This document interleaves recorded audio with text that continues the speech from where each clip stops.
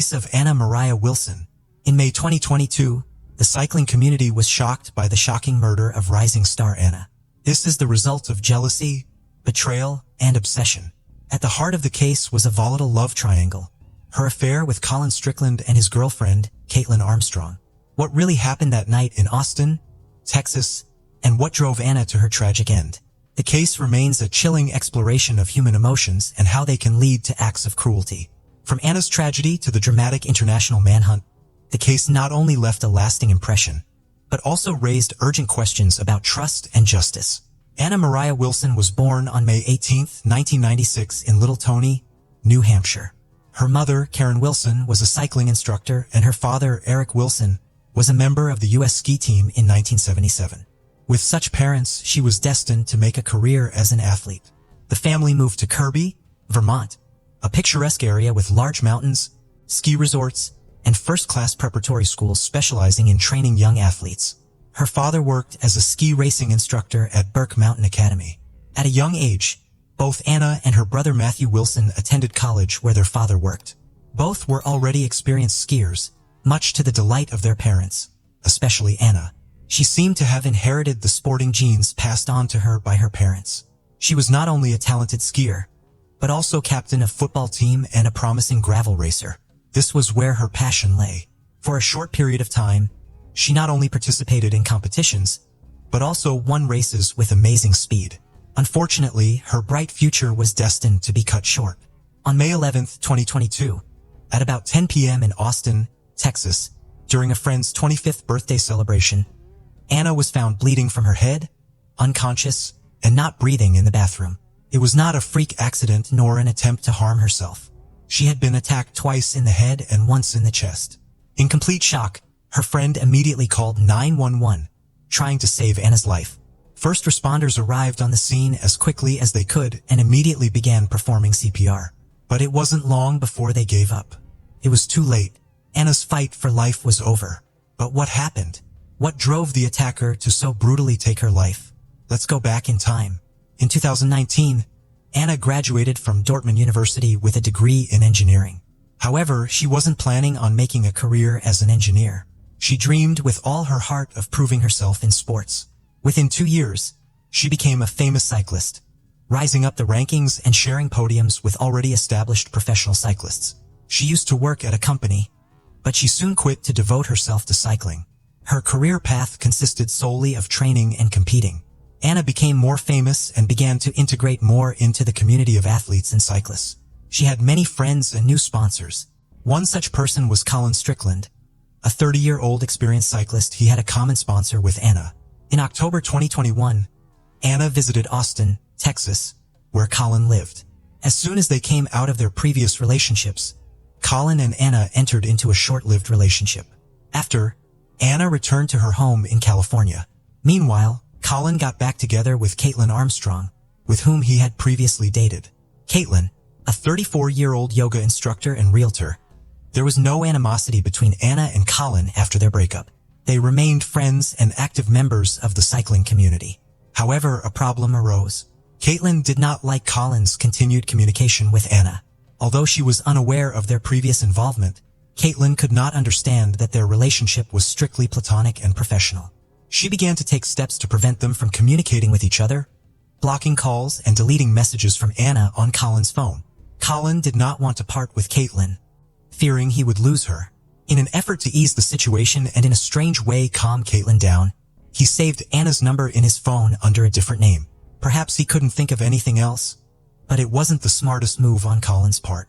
In January 2022, Anna and Colin took part in a cycling competition in Arkansas, and Caitlin accompanied them. This led to an awkward situation. Anna seemed unaware of the issues her friendship with Colin was causing. Although there was no overt conflict, the atmosphere was tense. The day after the event, Anna texted Colin asking what was happening between them. She mentioned that if Colin preferred to stay just friends, she was okay with that, but they needed to discuss it. From Anna's message, it appeared she was uncertain about their relationship, at least from her end.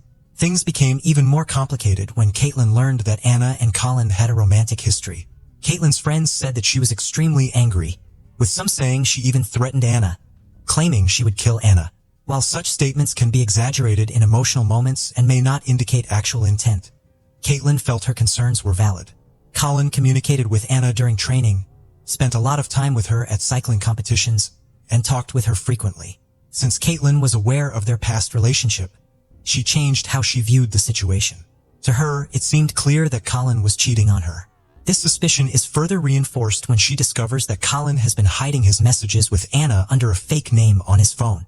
Although Caitlin could have reacted impulsively, she remained composed and took months to process everything. On May 10th, Anna returned to Austin for a bike ride called Gravel Locomotives and then stayed with a friend. Colin was also on the trip. He planned to go swimming with Anna on May 11th at 5:30 p.m. He misled Caitlin about his plans that evening. He picked up Anna from her friend's house and they went swimming in a deep pool with a whirlpool as planned. After swimming, Colin and Anna had dinner at a poolside restaurant. He then dropped Anna off at her friend's house at 8:37 p.m. Colin sent Caitlin a text saying he had been asked to deliver flowers to a friend's house and was on his way home. He didn't wait for Anna to get home safely, assuming she would be fine. Just as Colin texted Caitlin, Anna's friend's doorbell rang, confirming her arrival. Of course, Caitlin didn't believe Colin's explanation about flower delivery. Curious about what Colin was really up to, Caitlin used a special app on her phone to track his location. She also found out where Anna was using the same app. This program is typically used for planning exercise routes, which can be shared and compared with other users. Additionally, it allows real-time tracking of someone's location, such as during a run or bike ride, or even to check on a partner suspected of cheating. At 8:37 p.m. that evening, Anna arrived at her friend's house to attend a birthday party. Around 10 p.m., her friend called 911 after finding Anna seriously injured from a brutal attack. The police immediately investigated this murder. Complicating the situation, the victim was from out of town. The police's first priority was to identify anyone in the area who knew Anna, and they quickly found leads. They asked Anna's friend if anything had been stolen, but there were no obvious signs of a burglary. The only notable thing missing was Anna's bicycle, which the police later discovered abandoned in some bushes nearby. The bike is quite valuable to a professional cyclist. However, if it was a burglary, why didn't the thief take the bicycle with him since nothing else was missing from the house? The police quickly concluded that the incident was not a failed burglary. Instead, it appears that the perpetrator had a personal grudge against the victim, Anna's friend, who had called 911. She was devastated by Anna's death, showed no signs of involvement, so the police ruled her out as a suspect. The investigation then turned to Anna's acquaintances in the area, specifically Colin and Caitlin. The police found out that Caitlin had a Class B warrant for her arrest. While this warrant was not for a serious crime, it was related to fraud. Caitlin had previously gone to a Botox clinic and, when it was time to pay, told the staff that her credit card was in her car. She left to get her credit card, but never returned. The fraud was minor, totaling only $600, but it provided the police with a reason to bring Caitlin in for questioning about Anna's murder. Officer Wilson immediately believed that it was time for Caitlin to pay for her actions. She did not deny her wrongdoing, as she likely faced only a minor penalty, such as an apology and a fine.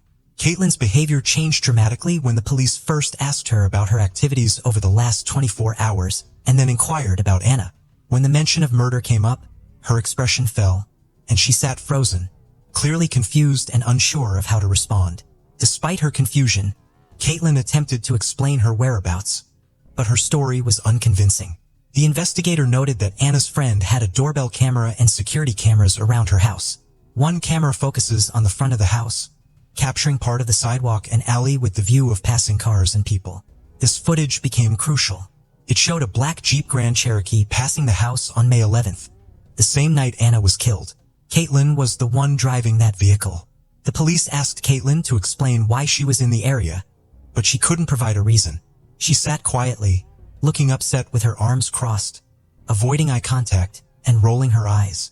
Meanwhile, the police were speaking with Colin, who shared the entire story about his friendship with Anna and the complications that arose with Caitlin.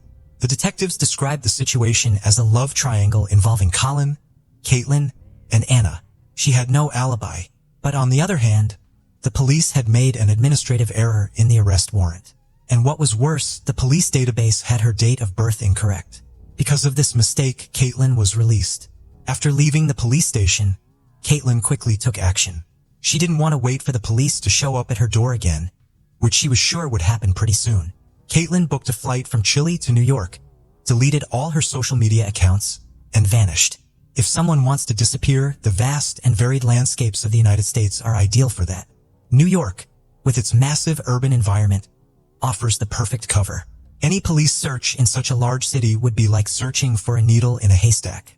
On May 14th at 12:30, Caitlin was seen on surveillance camera entering Austin International Airport. From there, she took a connecting flight to Houston and then transferred to another flight to LaGuardia Airport in New York. On May 17th, U.S. Marshals obtained a warrant for Caitlin Armstrong's arrest, which they had previously failed to execute. Very soon after that, on May 18th, she was spotted at LaGuardia Airport. However, Caitlin was using smaller, shorter domestic flights to evade law enforcement, successfully staying one step ahead of the police. On the day she arrived in New York, she obtained an ID under the name Christine Armstrong, which was her sister's name. At the time, not much was known about this sister. The authorities believed that Christine did not live in New York, but was, in fact, in California. Getting an ID was a risky decision for Caitlin. The authorities now knew she was in New York, and the ID was linked to a relative with the same her last name. It was highly unlikely that her sister, who supposedly lived in California, would suddenly move to New York at the same time Caitlin was on the run. The police eventually obtained a copy of the ID issued to Caitlin, which listed her address as Camp Haven, a recreational area in Livingston Estate, New York. It has been 6 weeks since the search began, but there have been no leads. Colin also went into hiding, fearing that after he spoke out, Caitlin would return and harm him. Caitlin's sister, Tina Armstrong, also sought refuge. She avoided the media and never commented publicly about Caitlin. At this moment, Caitlin continued to evade contact with authorities, and the theory that she might be hiding at Camp Haven was eliminated. After many efforts, on June 29, 2022, U.S. federal agents and Costa Rican police surrounded the San Teresa nursing home. A joint task force entered the facility and quickly emerged with a woman dressed in black, her nose bandaged. She did not look at all like the pretty Caitlin who had long, lush red hair and bright eyes, but it was Caitlin. Authorities finally captured her. They discovered that Caitlin had left the U.S. via New York Airport on May 18th at 8 p.m. using a fake passport. She had never been to Camp Haven. Instead, her strategy involved taking different flights to mislead the police, which worked perfectly. While the police searched New York, she arrived in San Jose, Costa Rica. Since Caitlin's arrest, many rumors and theories have emerged. A significant question is whether she acted alone or had accomplices. She led a comfortable life as a yoga instructor and realtor, but she was not wealthy. In under 50 days, she managed to book and pay for multiple flights within the U.S. and an international flight to Costa Rica. The bruises and bandages on her face indicate she likely underwent plastic surgery soon after arriving in Costa Rica. And this is expensive. Eventually, police discovered her black Jeep at a local car dealership. On May 13th, Caitlin sold the car for $12,200. This partly explains why she is able to cover her expenses. However, $12,200 is not a substantial amount when trying to stay hidden, and it's doubtful it covered all her travel costs, living expenses, and surgery. Suspicion has shifted to her sister, Christine. It's important to note that this is just a theory and not confirmed, as there is no definitive evidence about anyone's involvement, including that of her sister. The day after Caitlin arrived in New York, she obtained an ID using Christine's name, and when she was arrested, she had a copy of Christine's driver's license with her. Meanwhile, the day after Caitlin's arrival, Christine applied for a new driver's license, claiming hers was lost. Did she assist Caitlin in evading the authorities? There is no answer to this question yet. Another possibility is that Colin may have played a significant role in the case. Some people suspect a conspiracy involving Colin and Caitlin. They believe that Colin's text to Caitlin, sent just after he dropped Anna off at her friend's house, claiming he was delivering flowers, was actually a secret message about Anna's location. There is no evidence to support this theory. It remains speculation. Nonetheless, Colin has a questionable history of honesty. He concealed his relationship with Anna and changed her name in his phone to prevent Caitlin from discovering the truth. He also told the police that he and Caitlin had broken up before Anna arrived in town, and that Caitlin was fine with him dating others. If that was the case, why did he text Caitlin about his whereabouts, and why was she upset about Anna and Colin's friendship? Since Caitlin's arrest, police have been working hard to gather evidence. One key piece is ballistic evidence linked to a 9mm weapon that was purchased by Colin, not Caitlin. A man gave this weapon to her in January 2022, and investigators found it in her home. Detectives are also looking into the possibility that someone from another country helped Caitlin. After her deportation, law enforcement held a press conference discussing how quickly she managed to escape and catch multiple flights between airports. Additionally, she possessed a passport that did not belong to her. On July 21, 2022, she participated in her first online trial, where she pleaded not guilty to first-degree murder. In October 2022, she attended a second hearing to determine if she could be released while waiting for a jury trial. Various options were discussed, but Caitlin remained confident that she would confront a grand jury regarding the murder charges, insisting on her innocence. She will stay in the Travis County Jail until her trial. According to her lawyer, prosecutors are hesitant to take the case to trial, citing a lack of evidence for a conviction. The defense argues that the officers involved were inexperienced and did not properly act on information about Caitlin's ex-boyfriend. They also pointed out that Caitlin's and Colin's home was vandalized the night Anna was killed, questioning why this was not investigated thoroughly and who may have been responsible for the crime. The defense is arguing that the police were incompetent in their investigation. They believe law enforcement is trying to cover up mistakes and misconduct related to the case. The court hearing was scheduled for a week after the bail hearing, but the defense has since filed a motion to suppress evidence obtained by police, claiming that Caitlin was not read her rights. They argue that this invalidates the evidence, including her initial arrest tied to a Botox clinic. As a result, the judge has paused the trial while considering these motions, and a new pretrial date is set for June 22, 2023, although it has not yet been fully confirmed. A few months later, Caitlin Armstrong was sentenced to 90 years in prison for the murder of Anna Maria Wilson. The sentence was handed down on November 17, 2023, after she was convicted by a Texas jury the day before. Caitlin was convicted of attacking Anna 3 times in May 2022, motivated by jealousy over Anna's previous relationship with her boyfriend, Colin. Anna, a rising star in the professional cycling scene, was shot and killed in Austin, Texas. Investigation reveals disturbing links between Caitlin Armstrong, Colin, and Anna. Caitlin's jealousy led her to commit murder. Her trial ended in November 2023, resulting in a guilty verdict and a 90-year prison sentence. Although the case has been closed, the details surrounding Anna's death continue to cause debate. 18-year-old Christian Aguilar was a freshman at the University of Florida. He was a talented young man and had obtained a scholarship to the university to study biomedical engineering. His brother described him as quiet and shy and said it took him a while to open up to people. But when he did, he was incredibly funny and charming with lots of charisma. While at university and living in Gainesville, he and his longtime friend, Erica Freeman, whom he'd known since school, became an item. From this point on, the pair were joined at the hip. Carlos, Christian's father, said he had never seen his son so happy as when he was dating her. Erica described them as soulmates and believed that one day they would get married. September 20th, 2012, would seemingly start as any other day. As usual, as soon as Erica finished her classes, she sent Christian a text message to arrange a meetup. At this point, they'd been dating for a little while, but their relationship was blossoming and they spent every day together. Always quick to respond. When Erica didn't hear back from Christian, she became a little concerned. Telling herself he must have been busy with something, she headed back to her apartment alone. Several hours would pass, however, and despite many calls and texts, Erica still had no idea where he was. She now knew something was wrong and walked to his dorm room to ask his roommate if he had seen him. Hours would pass with no word from Christian, and just after 4 a.m., Erica rang Christian's childhood friend, Pedro Bravo. The boys had gone shopping the day before, but Pedro said they had parted ways in the afternoon and he hadn't heard from him since. Frantic with worry, she decided to phone Christian's father, Carlos, 300 miles away in Miami, praying he might have heard from his son. But Carlos hadn't either. And knowing his son and how out of character this was, he and Christian's mother, Claudia, immediately set off for Gainesville, Florida. Just before 10 a.m. the next day, September 21st, Erica and Pedro met with Officer Timothy Peck of the University of Florida's police department to report Christian as missing. Christian, Erica, and Pedro had all known each other since attending Doral Academy together.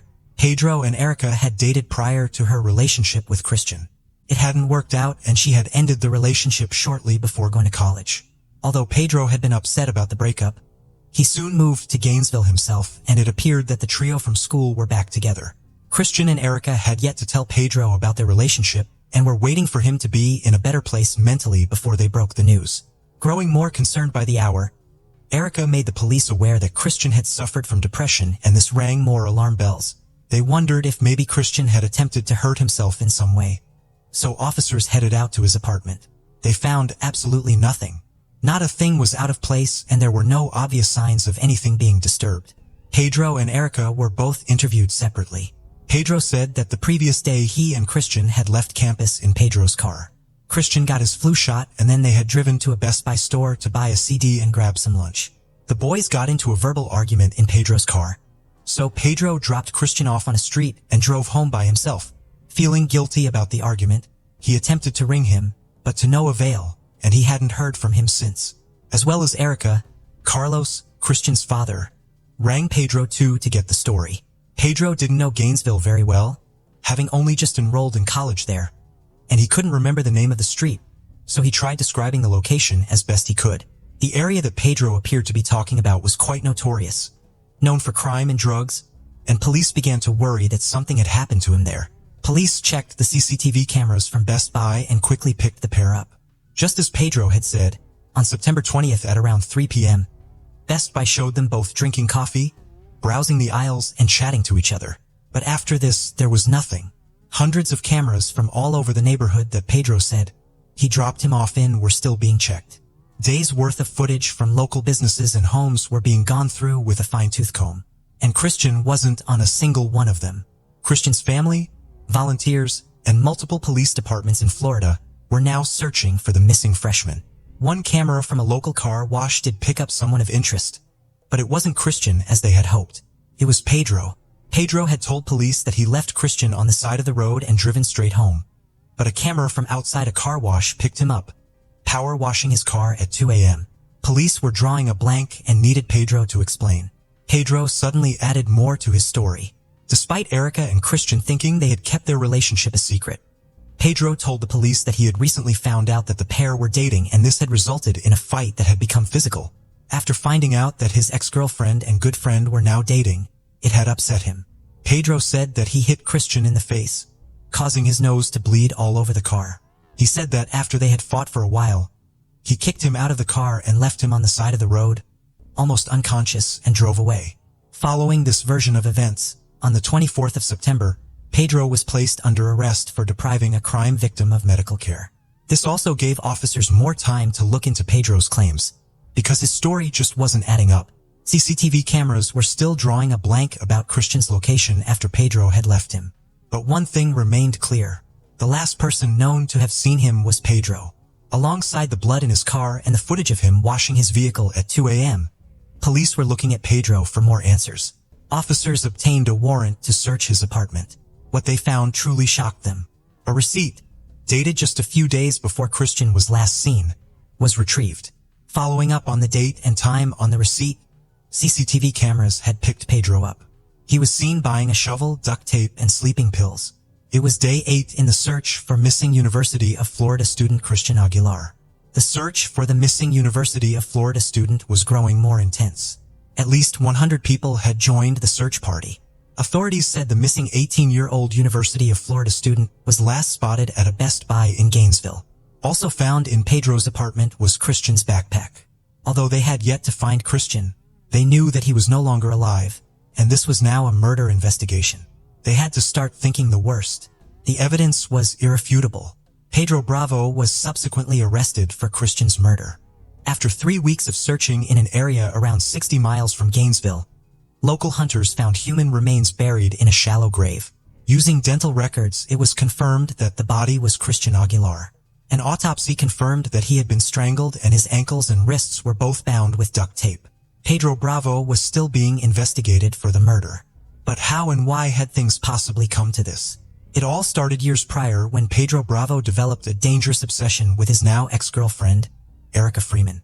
Pedro was fixated on Erica, and when she broke up with him, he spent the next few months campaigning to win her back. When he found out that she had moved on, he set a plan in motion to remove Christian from the picture. Erica and Pedro had begun dating as sophomores. Although initially things seemed to be going well, Erica became unhappy and decided she needed to end the relationship. She tried to break up with him several times, but Pedro warned her that things would never be the same if she left him. Out of fear, Erica agreed to stay. However, as Erica and Pedro made plans to go to different colleges, Erica felt that this was now the right time to end the relationship and go their separate ways. Erica enrolled at Santa Fe Community College in Gainesville. She and Christian bumped into each other and a romance quickly blossomed. But just a few months into their time in Gainesville, Pedro turned up there too. He was originally set to attend Florida International University hundreds of miles away, but quickly decided to transfer to Santa Fe Community College to try and win Erica back. But Erica and Christian were now dating and very happy together. Pedro asked Erica several times if she and Christian were together, but Erica said they were just friends. The pair were conscious of Pedro's state of mind as he was clearly still mentally in a bad place. Pedro had frequently spoken about committing suicide after the breakup. So Erica and Christian decided to keep the relationship a secret until they felt Pedro was ready to accept it and in a better headspace. Little did they know, Pedro was already well aware of the relationship and was completely consumed and enraged by it. Another item was recovered from the search of Pedro's apartment. It was a journal. It showed the extent of his obsessive thoughts and feelings and the lengths he was willing to go to. Endless pages of drawings, poems, quotes, and lyrics. Love letters to Erica and threats to Christian filled the book. Paragraphs and paragraphs of speeches saying things such as, "I can do this, I believe in myself, I will do it, I can win her back, I will win her back, no one will stop me, I will get into Gainesville and get her back, I will get out of Miami and into University of Florida." One entry from July read, "I'm scared she might end up with Chris." He then wrote underneath, "You are overreacting again. Remember that Chris goes to University of Florida and Erica goes to Santa Fe. So limited conversation and contact. Plus they don't talk much and he lives on campus. They have separate classes and schools. Plus you have time." His obsession with the pair of them was growing and completely consuming his life. On September 20th, Pedro had contacted Christian asking if he wanted to meet with him and go shopping. Pedro told Christian he wanted to confide in him about his depression and suicidal thoughts and get his advice. Worrying that he may have been trying to meet him to talk about his relationship with Erica, Christian was hesitant about going. But eventually, he decided he would go as the pair would be out in a public place and it felt safe. In the parking lot of Walmart as they sat in Pedro's car, Pedro subdued Christian using sleeping pills in a bottle of Gatorade and strangled him with a belt. Pedro's phone showed that he was in the Walmart car park for 2 hours that afternoon. He then put his phone in airplane mode for 5 hours and drove to a swampy area where he attempted to bury him. Logs from his iPhone 4 showed that the torch had been used 9 times for a total of 48 minutes that night. On the way home, Pedro stopped to get food at McDonald's and then went to wash the dirt off his car. But experts managed to find soil in the undercarriage of the vehicle. The shovel Pedro was seen buying also matched the soil that surrounded Christian's remains. In August 2014, almost 2 years since Christian's body was found, the trial of Pedro Bravo began. He entered a not guilty plea. Pedro's former cellmate, Michael Angelo, took the stand and testified that Pedro had told him it had taken him 13 minutes to kill Christian, and he had originally had several plans for how he was going to carry out the violent attack. Michael also led officers to where Pedro had told him he had hidden the shovel under a wooden walkway at his apartment complex. He said at one point, Pedro panicked as he almost got caught by a security guard driving past the vehicle as he was strangling Christian. Pedro took the stand in his own defense, and he was the only witness the defense team called to the stand during the 2-week trial. A big moment in the courtroom was the showing of a screenshot of the iPhone feature Hey Siri. Although it was initially reported that Pedro had asked Siri questions relating to the awful act he would go on to commit, Gainesville police and experts disputed that. The screenshot in question had been viewed using the phone, but it had been viewed via Facebook. Pedro had an iPhone 4 which did not have Siri compatibility. The footage was eventually pulled from the courtroom. The defense team argued that although Pedro had a physical altercation with Christian and was wrong to leave him at the side of the road, he most definitely didn't kill him. Pedro had said that the duct tape was being used to seal a crack in the window of his car, and the shovel was brought with the intention of him killing himself and digging his own grave. Pedro claimed he tried to kill himself after his fight with Christian by drinking a concoction of painkillers and pesticide. He quickly threw up and said he took it as a sign from God that it wasn't his time to go. But the case against Pedro was too strong. DNA and forensic evidence, CCTV footage, his journal, and a pattern of very disturbing and obsessive behavior meant that the jury took just 3 hours to deliberate. Pedro Bravo was convicted of first-degree murder, poisoning, false imprisonment, tampering with evidence, giving false information to authorities, and improper transportation of human remains. The judge sentenced Pedro Bravo to life in prison without the possibility of parole. Although he didn't take his own life, Pedro did write a suicide note in prison that was found by a prison guard. An extract of the note read, "I'm a monster for hurting Chris." Despite this and the confession he gave to his former cellmate, Pedro still denied killing Christian upon his sentencing. He said God knows the truth about what happened. Throughout the trial, Pedro continuously attempted to contact the Aguilar family and Erica, and upon his sentencing, Carlos Aguilar begged the judge to help prevent him from ever contacting his family or Erica again. The Aguilar family were relieved and satisfied with the verdict. Carlos said, "The reality is, the verdict will not bring my son back, but Pedro was held accountable. I promised Christian at his burial there would be justice." The funeral for Christian Aguilar was held in Miami. It was open to the public and packed out. A kind and loving young man with a life full of such promise was cut so dreadfully short. Erica Freeman said of Christian, "He was such a good person, so kind and so compassionate. I always feel like when I describe him, I'm never describing him enough. You had to meet him." Paradise Beach turned into a death track for lovers. It is believed that an investigation on the heels of a crime is the most effective and often leads to success. The methodology itself implies immediate response, operational collection of evidence, and questioning of witnesses, which significantly increases the chances of quickly solving the case and holding the guilty accountable. However, if it is not possible to identify the perpetrator, the investigation can drag on for years and even decades until the criminal case is frozen and transferred to the archive after the statute of limitations expires. However, sometimes unsolved and seemingly hopeless investigations receive unexpected developments many years later, which helps to find the right lead and achieve results when no one believed it anymore. The case of Lindsay Cutshall and Jason Allen, which had been gathering dust on the shelves for almost 15 years, is a prime example of this. At the time, it was not possible to solve it despite the operational actions of the investigative team and the high reward offered for any information. The main problem was the lack of motive for such a brutal act against the loving couple. In addition to this, it was not possible to find any witnesses, murder weapons, or any significant clues. It was a typical dead end, and no one hoped that the truth would ever be discovered. However, a decade and a half later, solving this case was helped by another brutal crime. It also turned out that at least 4 people knew what had happened, but all these years they remained silent. Who were Lindsay Cutshall and Jason Allen? Lindsay Cutshall was born in the small town of White Eyes in Coshocton County, Ohio in 1982. She grew up in a very religious family, and her father was a pastor of a Christian community. Despite a strict upbringing from childhood, she was very active, engaged in sports, and later became interested in hiking and extreme tourism. After finishing school, Lindsay became a student at Appalachian Bible College in West Virginia. During those years, she regularly climbed mountains of various difficulty levels, rafted down turbulent mountain rivers, and even organized hikes herself.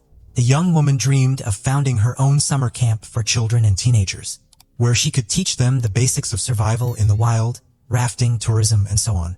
Jason Allen was born in the city of Zeeland in the American state of Michigan in 1978.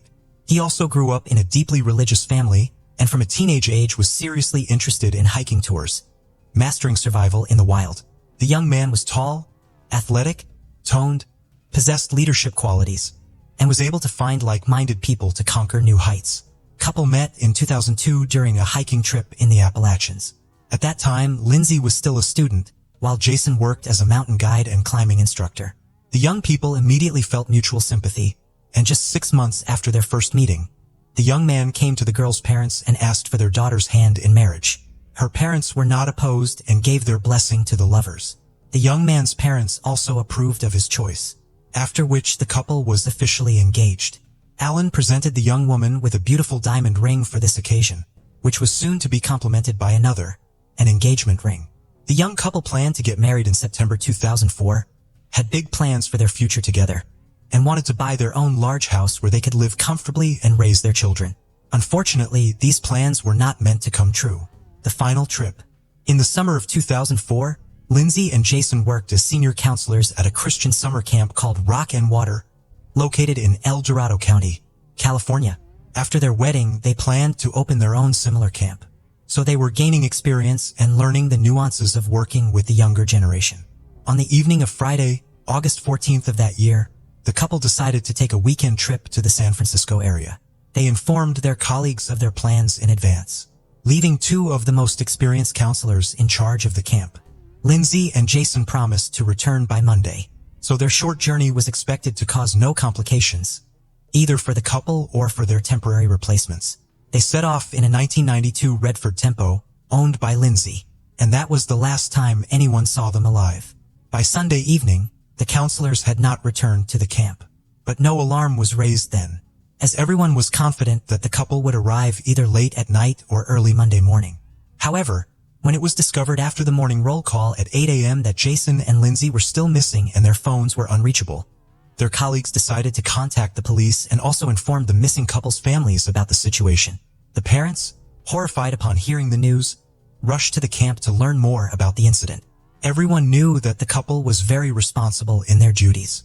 They were never late, and if any unforeseen circumstances had occurred, they would have found a way to communicate that. The challenging search. Upon arrival at the camp, law enforcement officials interviewed the couple's colleagues, and the investigation immediately encountered a serious problem. No one could precisely say where the young couple had gone. It was only known that they planned to explore around San Francisco, and given their great love for adventure and extreme leisure, they could be in the most remote corners where there was neither communication nor civilization. While the police waited the legally mandated 2 days during which the missing were expected to report themselves, relatives and friends decided not to just sit back, but to organize a search themselves.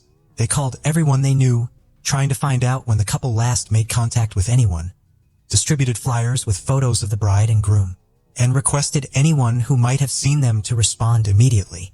By Tuesday, law enforcement had joined the search operation. The main search unfolded around San Francisco, its suburbs and surroundings. However, the area was vast and it was simply not possible to thoroughly comb through it. Then, one of the friends noted that the couple loved the wild, rocky beaches that were always beautiful and secluded, prompting the police to focus on these areas. Bodies in sleeping bags. For several days, the search yielded no results, and the hope of finding the couple alive was diminishing rapidly. Then, on Wednesday, August 19th, a patrol helicopter flying over one of the rocky wild beaches reported that 2 bodies were found in sleeping bags on the desolate coast, and it seemed unlikely they were just resting there. The first thing police encountered upon arriving at the scene was a red Ford Tempo parked on a cliff near a lookout point in a small shelter for tourists, from which a steep trail led directly to the scenic wild beach. The car was immediately checked in the database and found to belong to the missing student, Lindsay Cutshaw. Descending the trail to the beach, law enforcement found 2 bright sleeping bags containing individuals. At first, it might have seemed they were merely sleeping, but no response came to calls or noise. Approaching closer, the officers saw that the sleeping bags contained a young man and woman, both showing no signs of life. A brief initial examination suggested that their lives had been taken by gunshot wounds to the head, and given the distinctive smell of decomposition, they had been there for more than a day. All the belongings of the deceased, including mobile phones and wallets containing bank cards and cash, were found beside them. Therefore, a robbery as the main motive was almost immediately ruled out. The keys to the parked car above were also visibly placed, ruling out car theft as a motive. Investigators immediately suspected that the deceased were the same young people who had gone missing last week near San Francisco. Their suspicion was confirmed by documents found nearby under the names Lindsay Cutshaw and Jason Allen, but the bodies still needed to be identified by relatives. The arriving parents of the couple, who had hoped until the last that the remains belonged to someone else, were devastated by grief upon recognizing their children. Investigation and initial theories. Thus, theories involving robbery or an attempted carjacking were dismissed since all valuables, money and keys were left untouched in plain sight. Moreover, forensic analysis revealed no signs of physical assault or intimate assault on the bodies, except for the gunshot wounds to the head. It appeared that Lindsay and Jason were simply sleeping peacefully at the time of the incident, and did not have a chance to react. They made no attempt to defend themselves, flee, or even get out of their sleeping bags. Everything pointed to a swift act that resembled an execution or vendetta. But who could have taken the lives of 2 individuals in such a brutal manner and why? The questions multiplied, but no answers were forthcoming. There were no signs that anyone else had stayed in the area. The beach was quite secluded, and accessing it via the steep trail was challenging. Despite efforts, no shell casings were found nearby, leading investigators to theorize that the shooter either took them or threw them into the ocean. The shots had been fired at close range into the heads of the sleeping tourists, indicated by specific traces, so the casings, if not deliberately moved, would have been nearby. Interestingly, the beach appeared quite clean. Yet a few meters from where the sleeping bags with the bodies were found, an empty beer bottle lay. The deceased did not drink alcohol as they led a healthy lifestyle, suggesting the bottle might belong to the mysterious shooter. This particular brand of beer was rarely found in the area and likely came from a neighboring state. As no other clues were found, this bottle was considered a significant lead, although it was unclear whether it had any connection to the shooter or the crime. A theory was proposed that the deceased might have had a conflict with someone the day before the tragedy, and their opponent returned at night with a weapon to settle the score. Although Jason and Lindsay were very friendly with everyone, it was not excluded that they might have inadvertently displeased someone either in appearance or for some other reason. Additionally, the shooter could have been intoxicated or mentally unstable. From the bullets extracted from the victims' skulls, experts determined they were fired from a Marlin brand rifle, .45 caliber, model 1894, produced by Marlin Firearms Company. This was a rare weapon that might have been part of a collector's arsenal. Such models were typically used for hunting. This clue was significant for the ongoing investigation, but it remained the only one for the time being. Investigators speculated that the shooter was likely a male acting alone. He could have been a hunter, collector, or firearm enthusiast. The couple's route, search, and witness interviews. The investigation now aimed to establish the route the couple had taken, who they might have contacted, and when they were last seen alive. The first task presented few issues, as the couple had taken numerous photos and their camera remained untouched among their personal belongings. Additionally, in the tourist cabin near the lookout point where they parked their car, there was a guest book where visitors could leave notes. The engaged couple had written a couple of entries expressing that it was one of the best weekends of their lives, filled with love, happiness, and the discovery of perhaps the most beautiful beach they had ever seen. It was discovered that on Saturday, the couple had stopped at a fishing pier about 20 miles from where their lives were ultimately taken. This was evidenced by the photographs they had taken there, prompting law enforcement to visit the area and speak with locals in search of potential witnesses. Many remembered the young couple traveling in a red car. They were looking for a place to stay overnight, but found no vacancies in any of the 3 nearby hotels. This was because August is peak tourist season in the area, and most travelers booked their accommodations well in advance. The couple then dined at a local restaurant, walked around the area, took several photos, and set off again in the evening. According to everyone who saw and interacted with them, they were friendly, engaged in no conflicts, and appeared happy and carefree. None of the witnesses could recall anything suspicious or unusual. Notably, the beach where the bodies were found was located in a protected area where camping was prohibited. However, since the young people could not find a place to stay overnight, they decided to settle on the beach, but chose not to set up a tent, instead using their sleeping bags. They believed that on a warm August night on a secluded beach, they faced no threats and planned to head back at dawn to return to the Rock and Water Camp on Sunday as promised. This information helped narrow down the time frame during which the couple was likely taken from life. They went to sleep but did not survive until morning, indicating they were likely taken from life between 11 o'clock Saturday night and dawn on Sunday. The first suspect. Although the investigation into the double taking of life was in full swing and news broadcasts urged anyone with any relevant information to contact the police, law enforcement withheld certain details. In particular, the results of the ballistics analysis were kept secret to avoid alerting the suspect and prompting them to hastily dispose of the weapon used in the crime. Initially, suspicion fell on a local drifter who periodically slept on that very beach and had been seen nearby on the evening before the crime. The homeless man, mentioned by some witnesses, was quickly located, brought to the station, and interrogated. The 57-year-old suspect had no alibi for the night of the crime. However, his involvement could not be confirmed. The main reasons were the absence of the weapon used in the crime and the fact that his DNA did not match that found on the beer bottle discovered on the beach. A new phase of the investigation in 2006. For nearly 2 years, the investigation had been at a standstill with no clear direction on how to proceed. Then, in the spring of 2006, law enforcement decided to publicize the data they had on the weapon used in the crime and to reach out again to potential witnesses by offering a $50,000 reward for any useful information that could lead to the perpetrator. Following this announcement, about 1,000 calls came in, but most did not aid the advancement of the investigation. However, law enforcement became interested in 26-year-old Sean Gowlin, pointed out by several locals. According to them, the young man collected firearms and bladed weapons, behaved aggressively, was frequently involved in conflicts, threatened acts of violence, and occasionally damaged other people's property. Sean was arrested and questioned. He had previously been on the police's radar for brawling, hooliganism, and driving under the influence of alcohol and drugs. He indeed had an impressive collection of weapons, but the specific rifle in question was not among them. Verifying his alibi from 2 years prior proved impossible, and his DNA did not match the sample found on the beer bottle at the crime scene. So Gowlin had to be released. A suspect from another country? Simultaneously, another suspicious and aggressive drifter came under scrutiny, often seen with a firearm, frightening the local residents.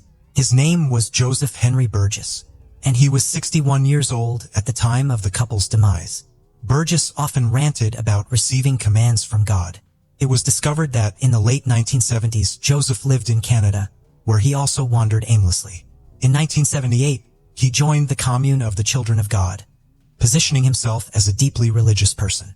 And according to those around him, he was quite the fanatic. He soon had a conflict with 2 young people that escalated into outright enmity. And a few weeks later, these individuals were found lifeless, each with several close-range gunshot wounds to the head.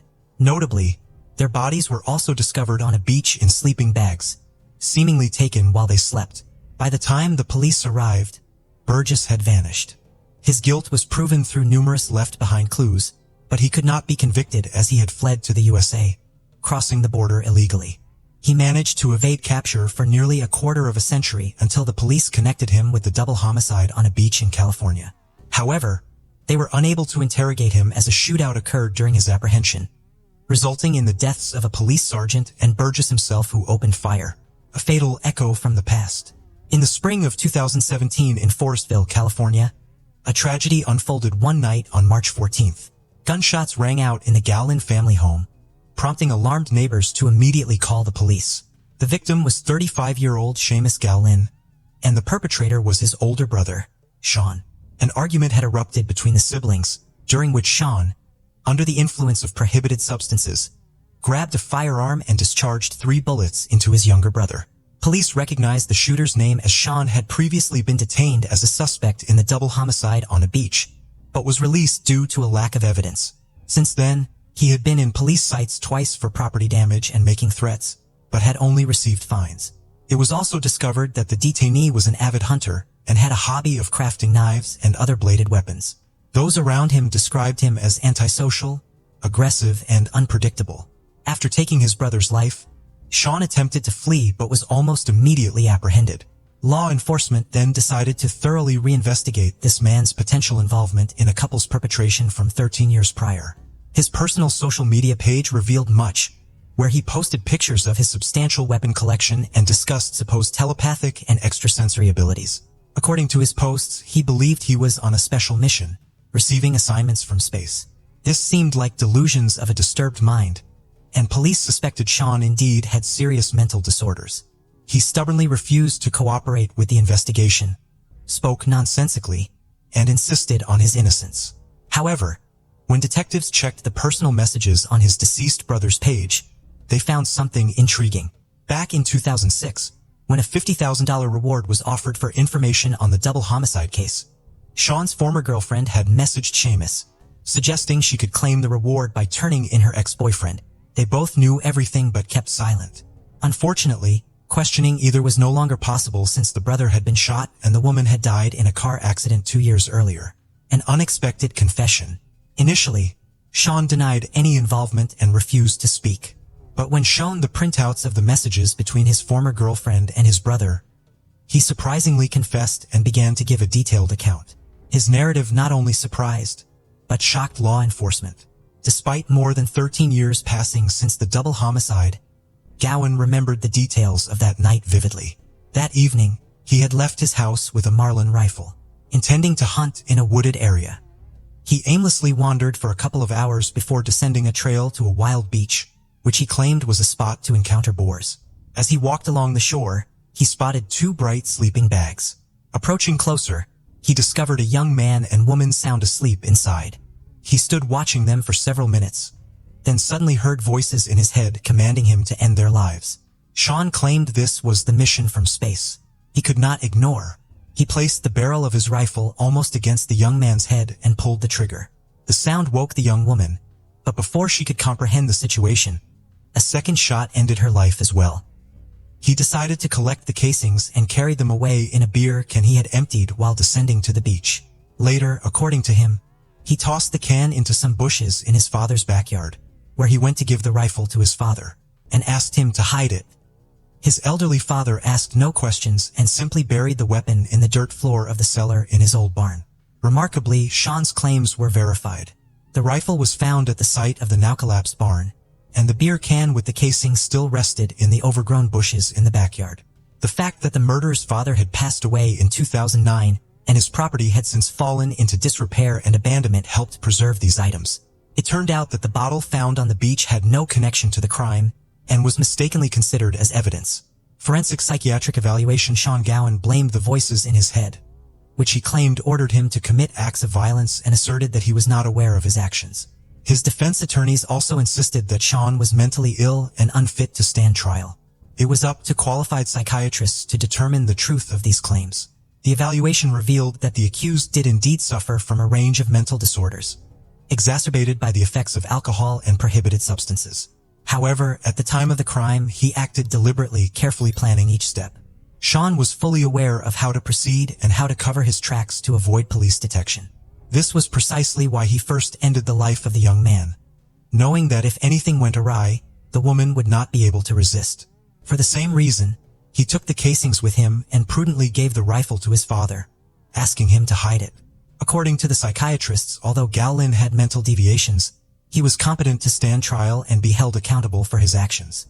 What was surprising in this complex case was that his parents, brother, and former girlfriend knew, or at least suspected, that he had committed the double homicide. Yet none of them had turned him over to the police. Trial and sentence: the trial of the accused took place in the spring of 2019, nearly 15 years after the brutal act against the couple. On June 17th of that year, Sean Gowlin was sentenced to 2 consecutive life terms without the possibility of parole, plus an additional 94 years for the end of his own brother's life in 2017. The convicted man is now serving his sentence in a special prison unit designated for particularly dangerous inmates with mental disorders. He continues to claim that he hears voices and behaves aggressively. Hence, he is kept under special surveillance to prevent him from harming himself or anyone else nearby. Lastly, it should be noted that the motive for the double homicide was never established. Sean simply saw the couple sleeping on the beach and decided to end their lives. Ardith Wood, a stunning 27-year-old, was not only beautiful, but also exceptionally intelligent. She was on the path to earning a doctoral degree in philosophy from Waterloo University while simultaneously working as an editor for a philosophy journal. Ardith's dream of becoming a professor was about to come true. The summer of 2003 arrived. Ardith decided to spend her vacation visiting her family in Ottawa, Canada. She had a wonderful time with her loved ones, going on walks together and cooking at home. On the morning of August 6th, the young woman went for a run. When she returned, her thoughtful parents were already waiting for her with a delicious breakfast dessert. It was a warm and sunny day, so Ardith decided to go for a bike ride. Her brother kindly allowed her to borrow his bicycle. The girl promised to be back in a couple of hours. That day, her mother planned to go shopping before lunch, awaiting her daughter's return from the ride. Ardith loved cycling along the picturesque route through the forest, past the river and cliffs. This trail was popular among local cyclists. It was always peaceful and safe here, but not this time. 27-year-old Ardith never came home. Her mother was worried about her. And then a heavy downpour started. The woman understood that her daughter wouldn't be riding in such weather, but time passed, and she still wasn't back. The family set out to search, assuming the girl might have fallen off her bike and needed help. Bike paths wound through the entire city, and they didn't know which direction Ardith had gone this time, so her relatives searched all over town. Their efforts were fruitless, and when it got dark, they went to the police. Due to the bad weather, the search was postponed until morning. The next day, there was no news about Ardith. One of the largest search operations in Ottawa's history began. It involved rescuers, police officers, dog handlers with their canines and helicopters. In total, about 1,000 people, including numerous volunteers. Ardith's family actively participated in the search, posting flyers with the girl's photo all around the city. But the first few days yielded no progress. The police turned to the public for help. Soon a call came from a local resident. She said that on the day of Ardith's disappearance, she was in the forest on the bike path and saw a creepy guy with a bicycle there. The witness described him as a young man with a pleasant appearance, well-dressed, but behaving extremely suspiciously. His conduct was frightening. It turned out the stranger had tried to push the girl off her bike and drag her into the bushes. Fortunately, other people appeared on the trail. The perpetrator fell behind and she managed to escape quickly. After this incident, she no longer felt safe on walks and stopped cycling alone. According to the girl, it happened in an area called Green Creek. She suggested that the stranger might have attacked Ardith as well. The eyewitness was invited to the police station to create a composite sketch. She described the suspect as a young man, 20-30 years old, light-skinned, dark-haired with a beard and glasses, pleasant-looking and athletically built. The sketch was shown to Ardith's family, but they didn't recognize anyone familiar to the missing woman. Many men wore similar glasses and beards at the time, so suspicion could fall on anyone. The investigators decided not to publish the portrait in the media, fearing a wave or false calls. The police constantly asked local residents for help, showing Ardith's photo. Law enforcement was confident. Such a bright, beautiful girl with a memorable appearance couldn't have gone unnoticed. Someone must have seen her and could provide a lead. This assumption proved true. 16-year-old Laura called the police. She said that on the day of the disappearance, while riding past on her bicycle, she saw Ardith on the bike trail. The missing woman was sitting on a rock, seemingly resting. When Laura rode further, she heard a scream. Turning around, the girl saw Ardith arguing with some guy. Laura didn't know what to think. Maybe it was just a lover's quarrel. Ardith wasn't calling for help. And then she went into the woods with that man.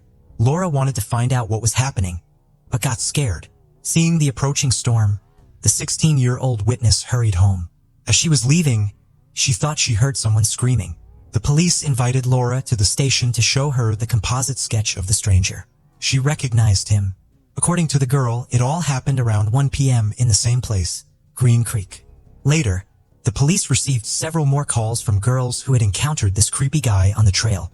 He attacked them, but the victims were lucky to escape. One woman's call particularly stood out.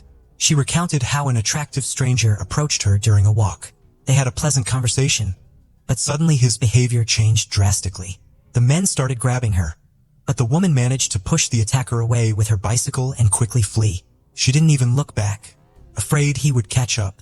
After returning home, the woman told her family about the incident and warned her loved ones to stay away from that place. Oddly, none of the girls who were attacked reported it to the police. The search for Ardith concentrated around the creek area. Soon, her bicycle was found, indicating the police were on the right track. Meanwhile, the investigators received another call that became a breakthrough in the case. A man, without giving his name, reported an unpleasant incident in the forest. Terrible accident. Allegedly, he didn't want to harm our Defoteka life. Confused, he decided to get rid of the body. The stranger carried the girl across the creek, dug a small pit and buried her there, covering the grave with branches. Then he hung up. The police managed to trace the call. It was made from a phone booth 20 minutes away from Ottawa. Law enforcement rushed there, hoping to find witnesses or lift fingerprints or DNA from the receiver. But disappointment awaited them. Someone had thoroughly wiped the handset. Neither eyewitnesses nor surveillance cameras could be found. The search for Ardith continued in Green Creek. Dogs trained to detect the smell of corpses arrived at the scene. Soon, the worst fears of the family and the police were confirmed. With the help of the dogs, they managed to find the missing woman's grave located between two trees in a quiet, picturesque spot. Coming closer, the detective saw the half-buried naked body of the girl. Likely, the criminal was startled by someone, which is why he buried the victim so sloppily. Criminologists started examining the crime scene, but unfortunately found no evidence. No fingerprints or DNA. The medical examiner confirmed it was Ardith Wood. She died a horrific, agonizing death that didn't resemble an accident at all.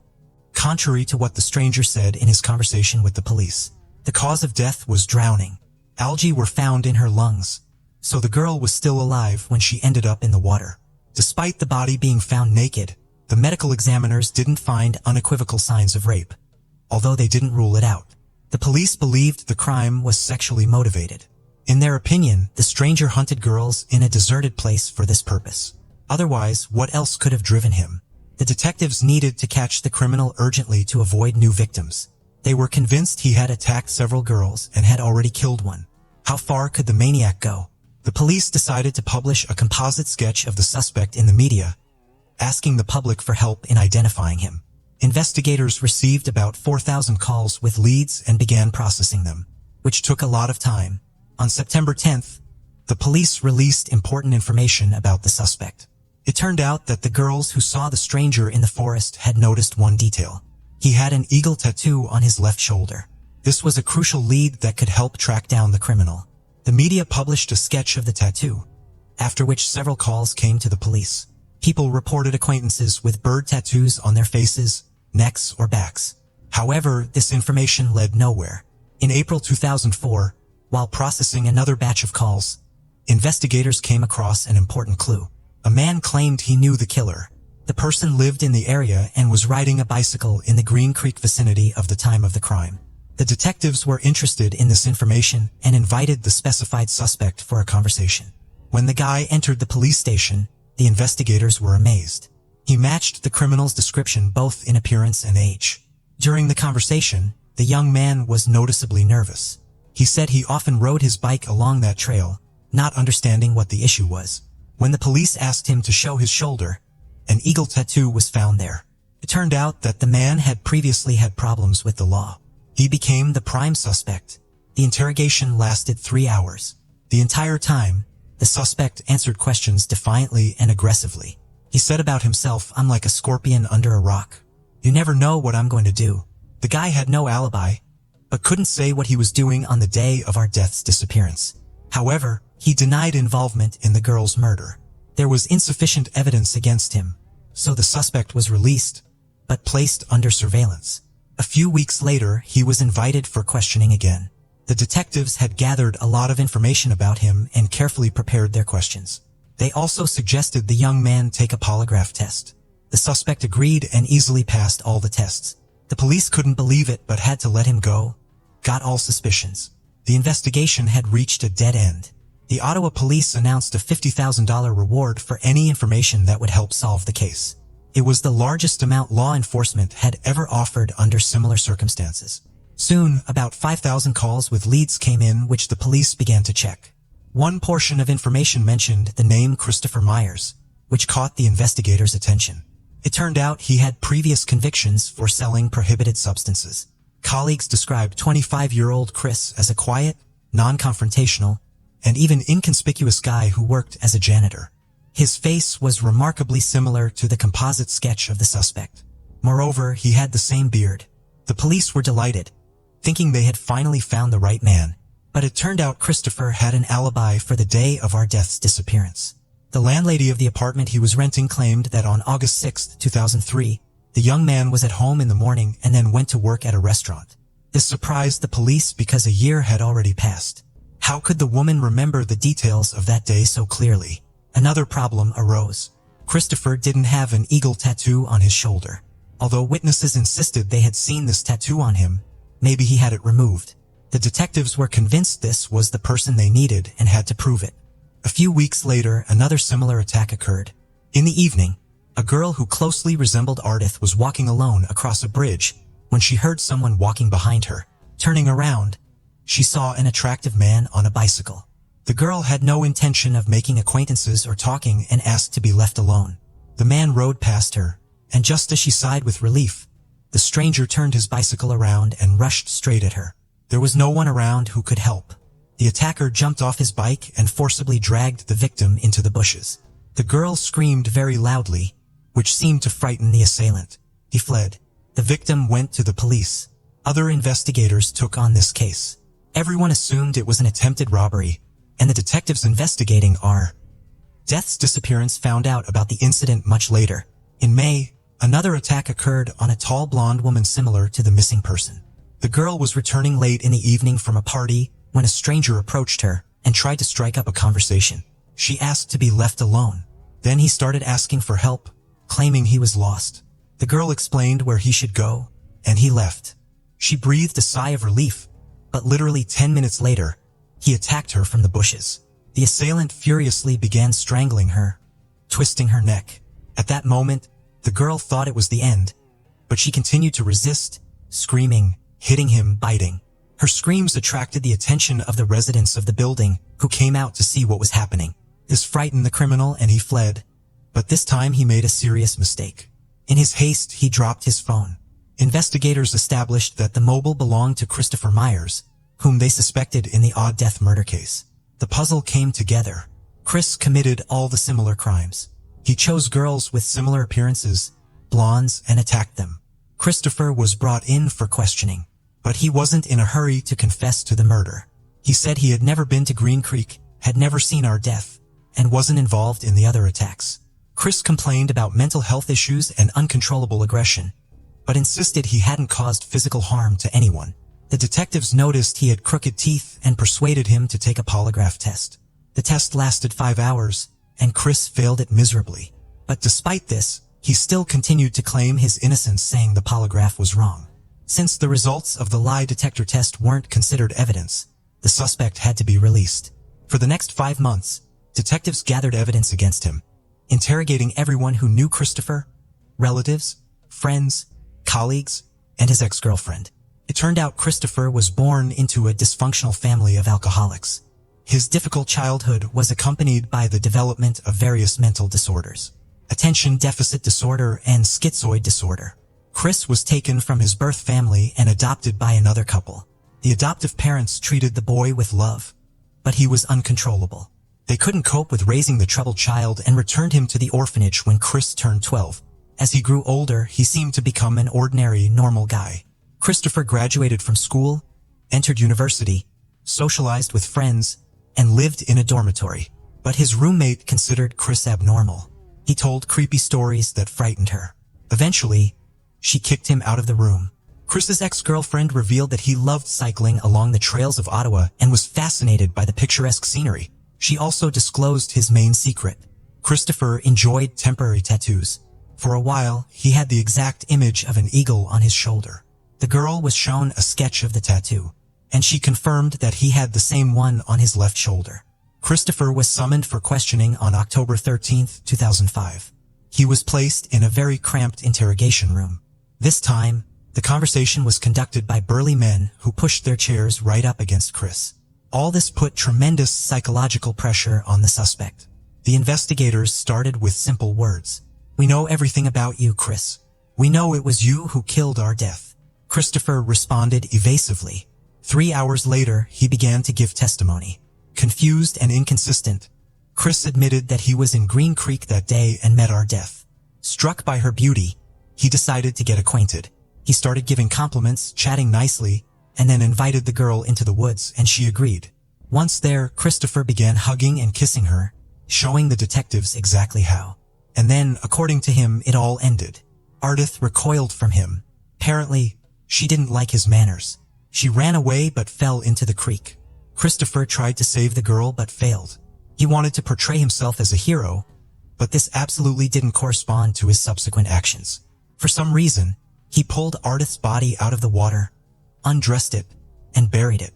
When the policeman stated that Chris was going to be charged with murder, he immediately retracted his words. "No, I never met her. It was a joke. I took all the information from the newspapers."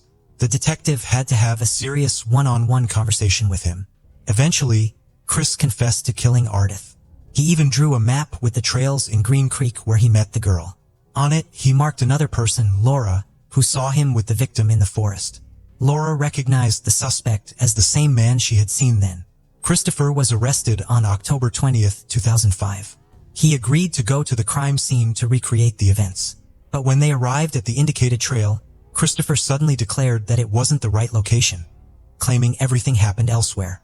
Although everything matched, Christopher had an unstable psyche. He would give testimony and then retract his words. Later, he also confessed to other attacks on girls. He was charged with additional crimes for these offenses. At the trial, the lawyer stated that Christopher was just a troubled young man. At first, the accused denied his previous confessions, but later, on the advice of his defense attorney, he decided to make a deal with the investigation and plead guilty. On January 8, 2008, 5 years after the murder, the defendant confessed to the crime but refused to disclose the motives and details. Later, he also admitted to the other attacks. The prosecution believed that on that day, Chris wasn't on the forest trail by chance. He was stalking his prey like a hunter. He attacked several girls who were lucky enough to escape. The likely motive was sexual assault. Ardith was unlucky that day.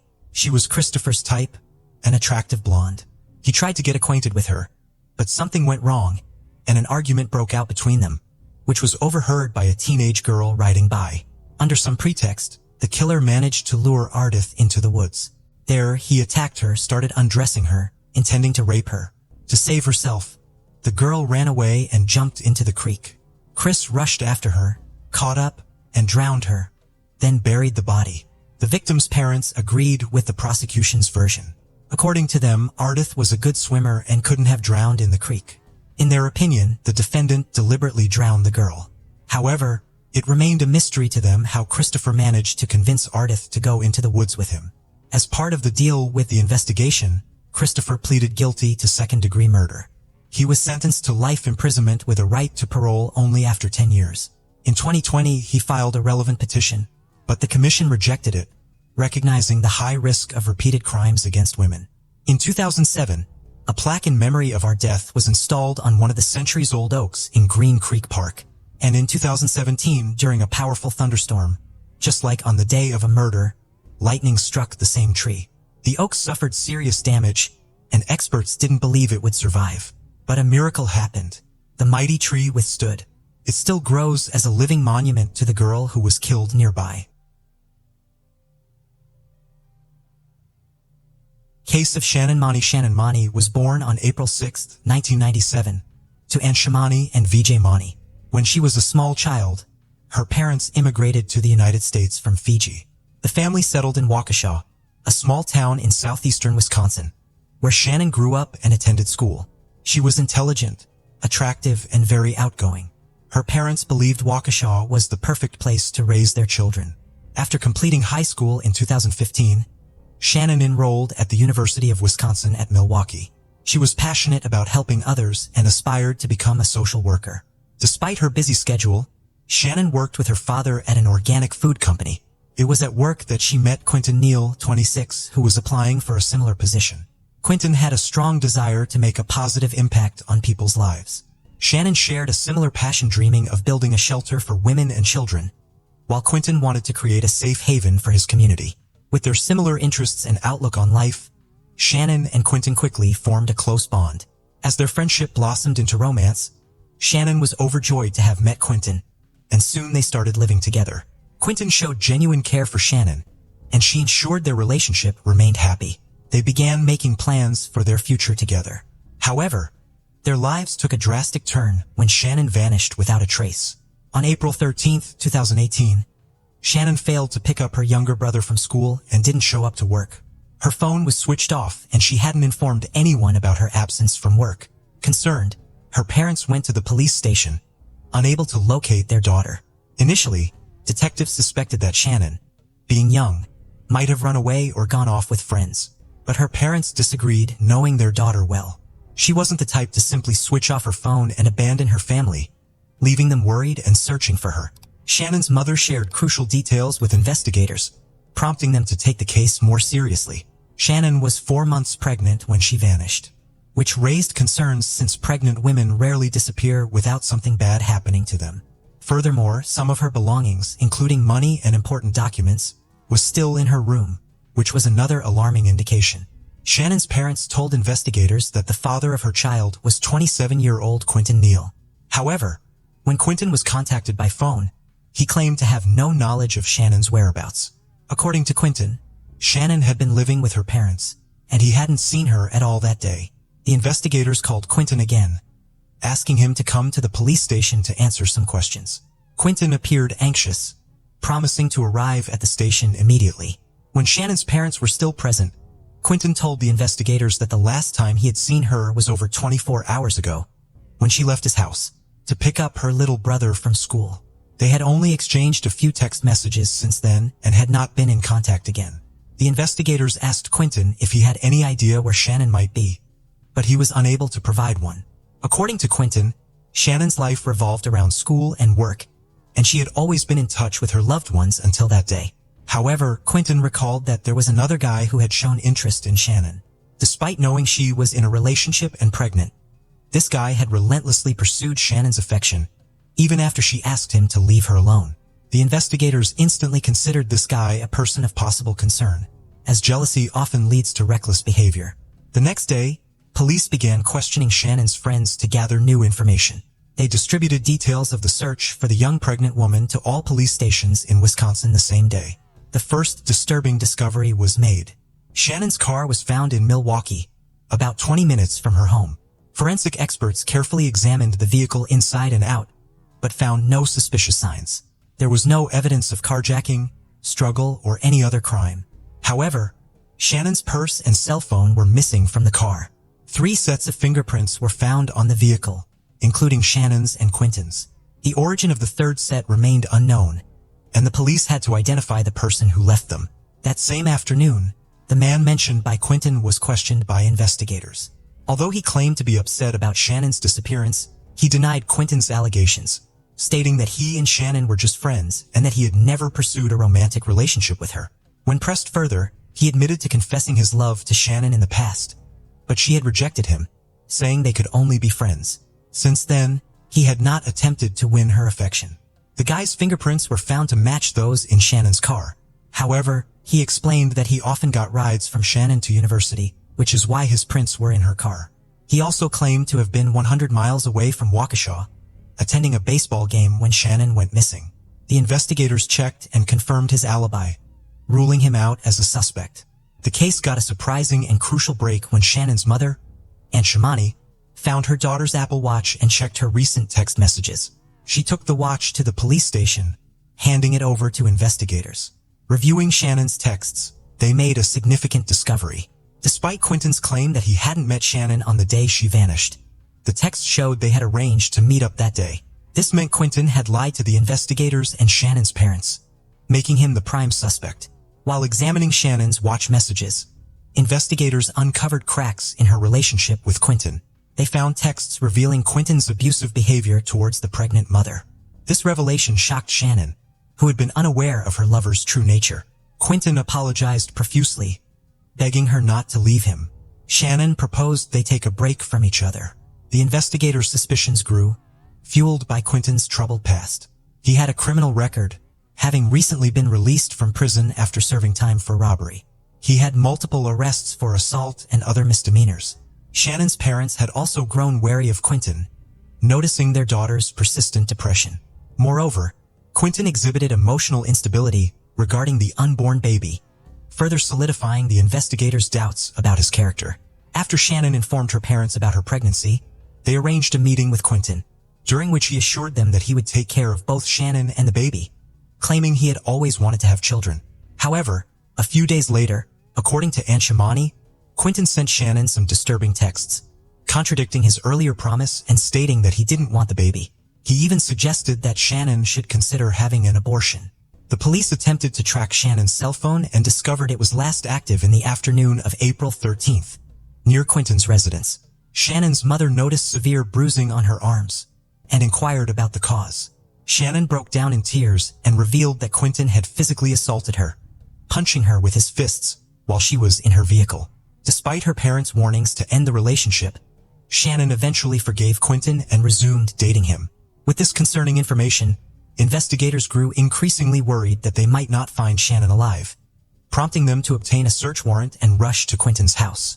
At first, the crime scene did not appear to show any signs of a struggle or disturbance.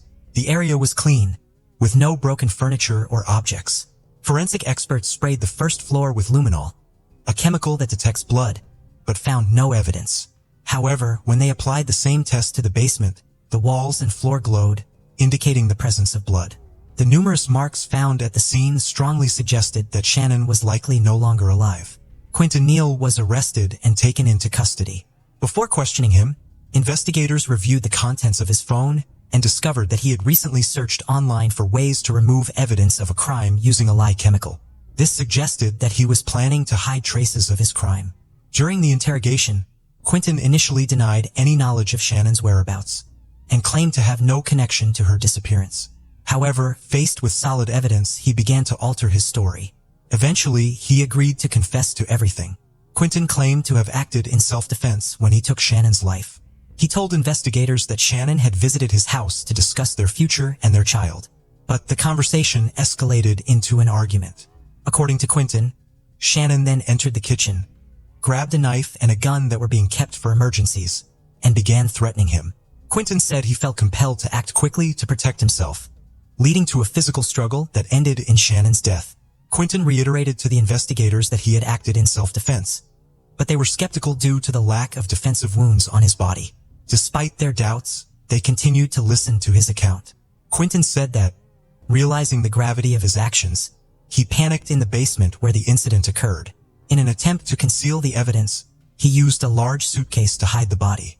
Quentin Neal led the police to a storage unit 6 miles from his home, where he had stashed a suitcase containing Shannon's body. When detectives opened the suitcase, they found Shannon's lifeless body, her wrists and ankles bound with duct tape, contradicting Quentin's claim of self-defense. Forensic examination revealed Shannon died from 2 gunshot wounds to the head and had additional knife wounds on her body. Shannon's parents were devastated when detectives informed them of the discovery of their daughter's body on April 18, 2018. Quentin Neal was subsequently indicted for the murders of Shannon Manny and her unborn child. The evidence gathered, including their correspondence from the day of her death, was sufficient for the court to reach a guilty verdict.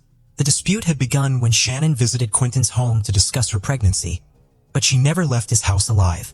The trial of Quentin Neal, accused of killing Shannon, was set to begin in the spring of 2019.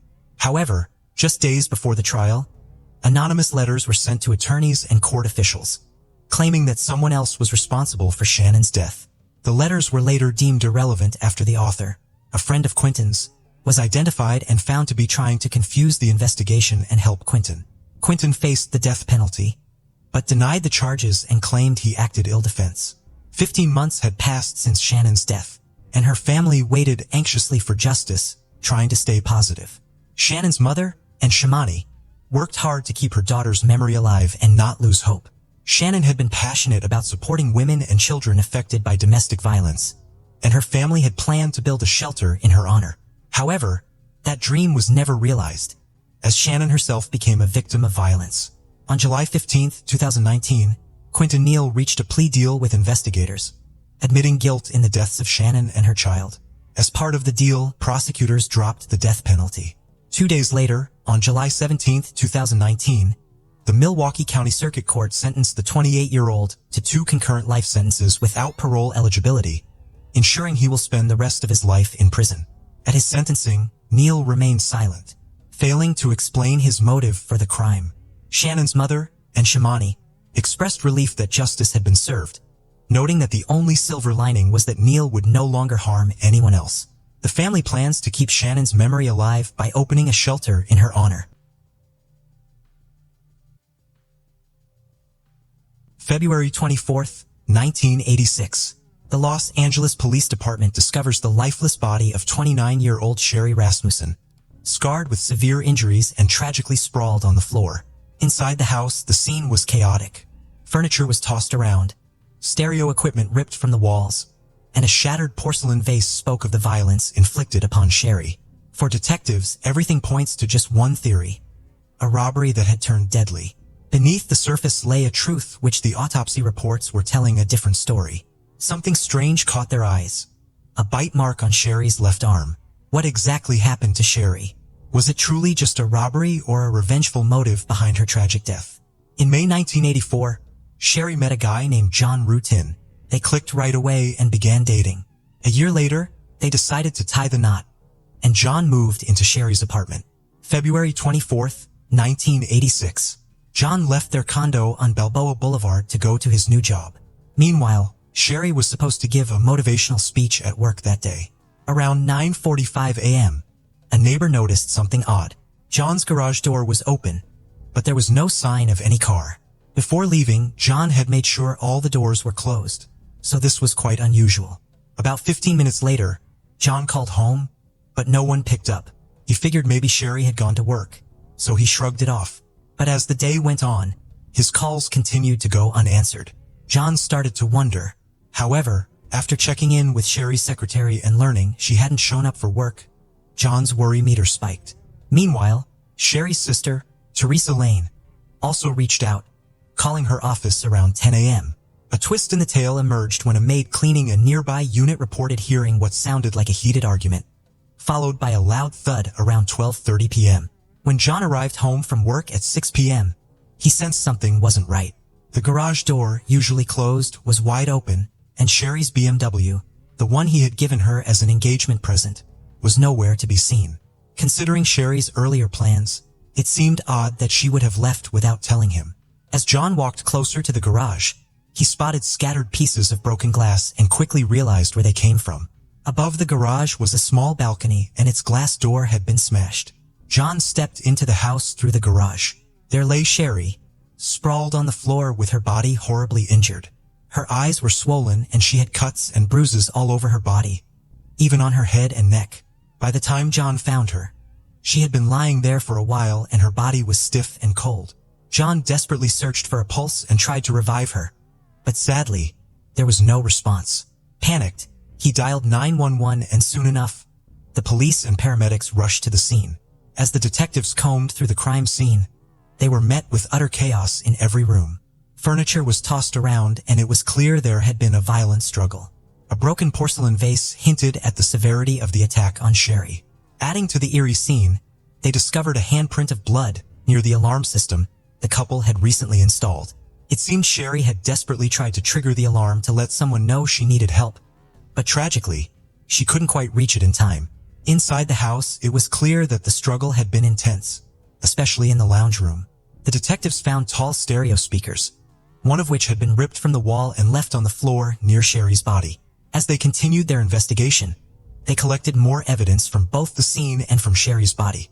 They dusted for fingerprints around the house and also used an assault kit to gather swabs from the bite marks they found on Sherry's arms. The detectives also discovered abrasions on Sherry's wrists, which suggested that she had been tied up with a rope or cord, which they found near the front door.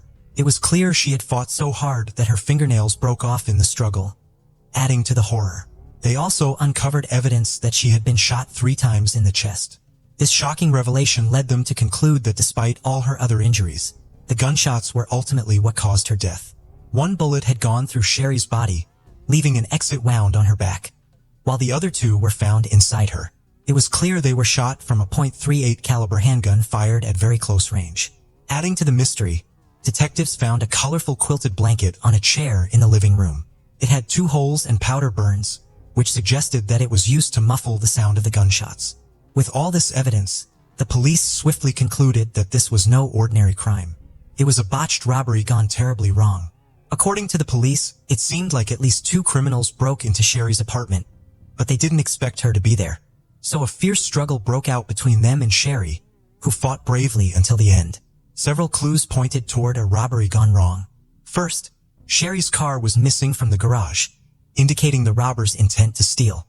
Secondly, stereo equipment and a player were found near the staircase, which suggested the thieves planned to take them before the confrontation. However, things took a deadly turn during the scuffle, leading to Sherry's tragic murder. But this robbery theory had its flaws. First, the police didn't find any signs of forced entry. This meant the criminals either had a key to Sherry's apartment, or she let them in herself. Secondly, all valuable items, including a jewelry box, were left untouched, which raised doubts about the motive behind the break-in. Despite interviewing all of Sherry's neighbors, detectives came up empty-handed. While some residents heard sounds of a struggle, none of them reported hearing gunshots or seeing anyone enter Sherry's apartment. Experts also collected blood samples and fingerprints from the house, hoping to find clues to solve the case. However, DNA analysis wasn't possible at the time in the 1980s. To gather more evidence, the lead investigator had an idea. He took a piece of cotton and dabbed it on the bite mark found on Sherry's body. He hoped that if the attacker's saliva was left behind, It could be a vital clue in catching the killer. After their thorough search of the apartment, detectives stumbled upon an intriguing detail. The criminals had taken only one item, which was Sherry and John's marriage certificate. This raised eyebrows and suspicions, especially toward John, who was closest to Sherry and could have had easy access to the apartment. However, John was quickly ruled out as a suspect in his wife's murder because he had a solid alibi and no apparent motive. In fact, he was the one who informed the police about the missing certificate, further clearing his name. At the time, detectives couldn't make sense of why the criminals took only Sherry and John's marriage certificate. Still stuck on their robbery theory, they focused on finding the perpetrators. After a week and a half of searching, they made a breakthrough. Sherry's car was found in a parking lot, for kilometers from her apartment. In these incidents, two criminals would break into apartments through the garage, brandishing guns and stealing stereo equipment. The lead detective suspected that the same culprits might be behind Sherry's murder. They tried to track them down using witness accounts, creating rough sketches of the suspects. They also learned that both men were Latino. However, despite their efforts, the suspects were never found. This lack of progress frustrated Sherry's parents, who felt like investigators weren't doing enough to uncover the truth behind their daughter's tragic death. Nels Rasmussen, Sherry's father, wasn't convinced by the police's burglary theory. He regularly visited the police station, urging the detectives to consider other possibilities. He found it hard to believe that Sherry, who was tall, strong, and in good shape, could have been overpowered in a botched burglary. Nels was determined to get to the bottom of what truly happened to his daughter, pushing for a more thorough investigation into the case. Nels urged the police to look into John's ex-girlfriend, whom he didn't know by name because Sherry never mentioned it. However, Sherry did confide in her father about the unsettling feeling she got from the ex-girlfriend's unexpected visits. But who was this mysterious woman, and what was her connection to John? Well, her name was Stephanie Lazarus, and she wasn't just any ordinary ex-girlfriend. She was an LAPD officer. Right from the start, Stephanie developed strong feelings for John, but he remained oblivious to her romantic intentions. He saw her just as a good friend and was unaware of her deeper feelings toward him. To John, their relationship was nothing more than friendship, occasionally mixed with physical intimacy, and he assumed this was clear to everyone. Because of this, he never felt the need to discuss feelings with Stephanie or ask about hers. On the other hand, Stephanie was painfully aware of John's lack of romantic interest in her. So when Stephanie learned of John's engagement to Sherry on June 4, 1985, it was a crushing blow. That night, Stephanie dialed John's number and her voice was trembling as she pleaded, "I really need to see you. Please come over." Concerned, John agreed and hurried to Stephanie's house. When he arrived, he found her still in tears, which worried him deeply. Despite knowing Stephanie for 7 years, he had never seen her so upset before. He tried to soothe her, but before he could say anything, Stephanie suddenly poured her heart out, confessing her love for him. "I love you," she declared. "I've loved you all this time. I just couldn't bear to see you marry someone else." John was taken aback by Stephanie's confession, but he was confident that their relationship had always been clear-cut. He gently explained to her that he didn't share the same feelings and that he was deeply in love with Sherry. However, despite his refusal, Stephanie persisted and pleaded with John one last time to sleep with her. Feeling sorry for Stephanie, John reluctantly agreed, but made it clear that it would be the final time they were together, and that they could not see each other anymore after that. At this point, Sherry had no idea about the complicated relationship between John and Stephanie. Little did she know, Stephanie had more surprising schemes up her sleeve that would soon disrupt their lives. In August 1985, Stephanie made an unexpected visit to the Glendale Adventist Medical Center, where Sherry worked. Stephanie headed to Sherry's office for a private conversation. They closed the door and their discussion lasted for a few minutes. When Stephanie eventually left, Sherry emerged from her office looking visibly distressed, tears in her eyes. It was evident to everyone that something had deeply upset Sherry. That evening, Sherry reached out to her father Nels and confided in him about the unsettling encounter with Stephanie. While she didn't disclose Stephanie's name, she shared the disturbing message she received. If John couldn't be with Stephanie, then he couldn't be with anyone else either. But Stephanie's intrusive behavior didn't end there. During her second visit, she showed up at Sherry's apartment and asked John to wax her skis. Despite Sherry's objections, John complied with Stephanie's request. Sherry found her behavior odd, especially considering she was dressed in a flattering workout attire. After Stephanie left, Sherry confronted John and questioned him whether their relationship was truly over. John reassured her that he and Stephanie were just friends. However, a few days later, Stephanie returned to retrieve her skis, this time dressed in her police uniform and armed. Sherry grew increasingly unnerved by Stephanie's persistent visits and pleaded with John to put an end to them. However, John dismissed her concerns while insisting there was nothing more to their relationship and advised her to ignore Stephanie's actions. But Sherry couldn't shake off her nagging suspicions about Stephanie's mysterious appearances and how she managed to bypass the security measures at their residential complex. On one occasion, while dining with John in a restaurant, Sherry caught sight of a hooded figure staring at them. The moment she glanced back, the mysterious person swiftly disappeared. Sherry couldn't discern his identity because his face was concealed. Desperate for answers, Sherry's father shared these unsettling incidents with the detectives in the hope that they would take his concerns seriously. However, their indifference only deepened the family's frustration and anxiety. Detectives were certain that the murder was the work of the two men who had recently burgled an apartment near Sherry's residence. However, 3 months after the tragic incident, a curious turn of events unfolded. Several crucial documents pertaining to Sherry's case mysteriously vanished from the police station. These included the detectives' detailed records documenting the ongoing investigation's progress. Yet inexplicably, they couldn't be located. This disappearance raised serious doubts. Was it a genuine mishap, or had someone intentionally removed these documents from the case files? The victim's family suspected foul play, especially considering the involvement of an LAPD officer in the case. However, there were no significant leads and the case remained unsolved for years. 7 years later, when the lead investigator, Mayer, retired, Sherry's father saw it as an opportunity and decided to meet his successor, hoping for a more committed approach to the case. Sherry's father requested the detective to conduct a DNA analysis and even offered to cover the expenses.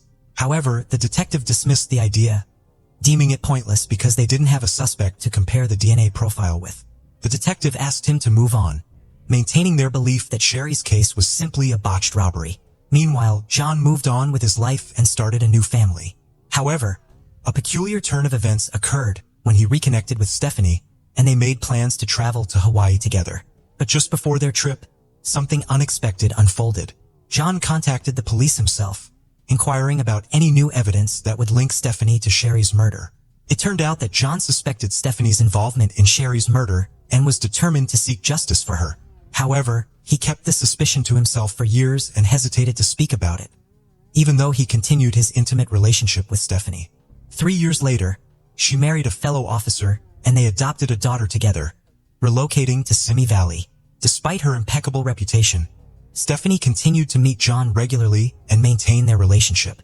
As time passed, it seemed like Sherry's murder would remain unsolved forever. However, in 2001, a glimmer of hope emerged when a separate cold case unit was established in Los Angeles to tackle unsolved murders. Sherry's case, along with thousands of others, was assigned to the detectives in this unit. Among the evidence was the piece of cotton that may have contained the perpetrator's saliva left behind after a bite during the attack. 2 years later, in 2003, detectives resumed their investigation into Sherry's case and sent all available evidence to the laboratory for DNA testing. However, it wasn't until December 2003 that a lab technician named Jennifer Francis began working on it. Due to a backlog of cases, they had to wait nearly 2 years for the results. Finally, in January 2005, Jennifer tested the blood samples from the apartment, as well as the fingernail clippings, and discovered that all the DNA belonged to Sherry herself. Now all that remained was to analyze the remaining sample from the bite mark on Sherry's body. However, there was a problem. The vial containing the sample couldn't be found for an entire day. After an exhaustive search, it was eventually discovered near the wall of a large refrigerator. It appeared as though someone had tried to remove all evidence linking to the killer, but by some stroke of luck, this crucial piece had been overlooked. After studying the sample, Francis detected that the DNA was from an unfamiliar woman. She quickly checked it against the FBI database, but to her surprise, there were no matches. Realizing the DNA belonged to a woman, she delved deeper and found a report about a third-party female who supposedly harassed the victim before her death, both at work and at home. Francis, curious about the possible connection, asked the detective overseeing her if this woman had been investigated. His response startled her. "Oh, you mean the LAPD detective? He went on to explain that the woman in question was a former girlfriend of the victim's husband and was currently serving as an LAPD detective. However, he quickly dismissed any involvement by stating firmly, "She's not a part of this." They didn't entertain other possibilities, and after hitting a dead end in their search for new leads, the case once again went cold. Sherry's case had its share of challenges, with progress often stalled by dead ends. However, in February 2009, a fresh opportunity emerged when Jim Nuttall and Pete Barbera took on the investigation in Van Nuys. They carefully reviewed the materials left by previous investigators. With the DNA evidence indicating a female suspect, they dismissed the burglary theory and realized they needed to retrace their steps from the beginning. Nuttall and Barbera considered it a murder rather than a simple burglary. They believed the burglary was staged to divert attention from the real motive. Several aspects of the crime scene didn't add up for a typical break-in, especially one that happened during the day. Sherry's jewelry box, an obvious target for thieves, was left untouched on her dresser, so they decided to make a list of all the women who could potentially be linked to Sherry's murder. After some investigation, they gathered 5 names, including one of Sherry's colleagues from work, 3 other young women, and Stephanie. Nuttall was surprised when John informed him over the phone that Stephanie was a police officer. At the time, Stephanie had been promoted to a higher rank of detective and was working on art theft cases as part of the Commercial Crimes Division. With the assistance of other investigators, they swiftly ruled out the 3 women from the list as they lacked motives and had solid alibis. Next, they turned their attention to the nurse who worked with Sherry. The case file indicated that there were tense relations between them, so the police discreetly obtained a sample of her DNA from the trash she discarded. Experts analyzed the profile extracted from the sample, but found that it didn't match the saliva found at the bite mark. Consequently, the detectives were left with only one remaining suspect, Stephanie Lazarus. However, during this process, the detectives and their colleagues made a pact to keep this information under wraps until they could gather concrete evidence against Stephanie or rule out her involvement. By keeping it quiet, they aimed to prevent her from preparing a strong defense if she was indeed the killer. It was intriguingly convenient that Stephanie worked in the same building and on the same floor as them. So to maintain secrecy, they adopted numerous precautions, even avoiding mentioning her name in the notes. Instead, Stephanie was simply referred to as number 5.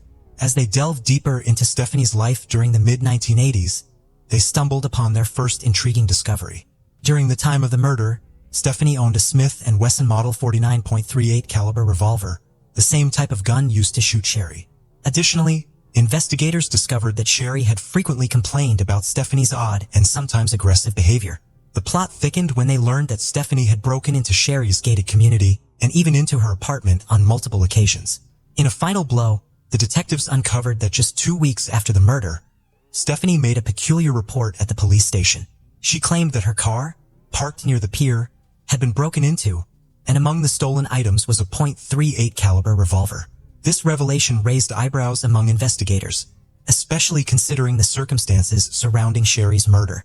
It seemed highly suspicious that Stephanie would conveniently report the theft of a weapon similar to the one used in the crime. With Stephanie emerging as the prime suspect, the detectives wasted no time in informing their superiors. They devised a plan to discreetly collect a DNA sample from her, opting for a voluntary discard to avoid tipping her off about the investigation.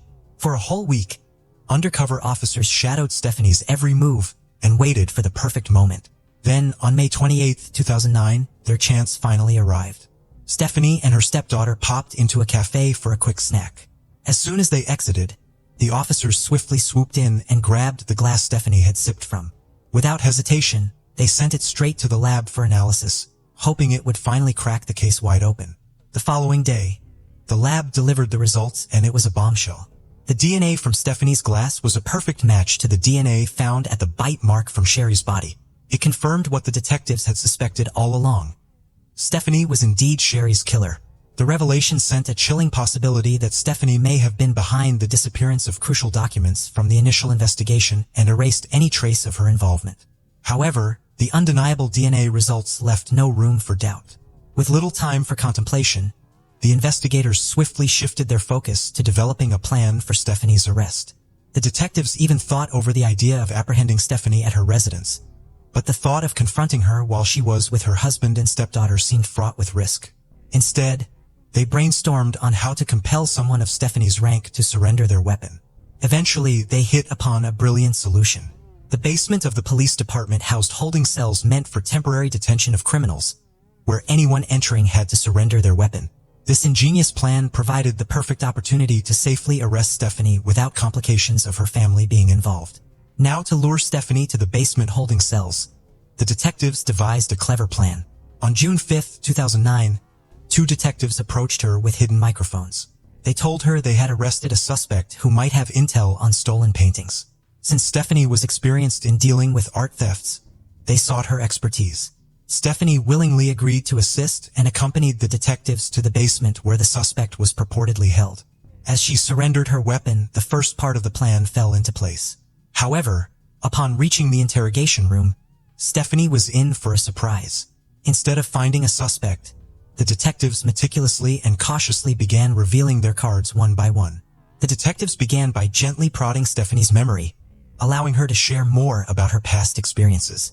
As Stephanie confessed her connection with John, the conversation naturally shifted toward Sherry. They asked Stephanie to recall her memories of Sherry and questioned her about the peculiarities of their interactions, such as the unexpected visits and incidents that could link her to the murder. Throughout the interview, Stephanie became increasingly tense and defensive whenever questioned about Sherry and attempted to deny any recollection of their past interactions.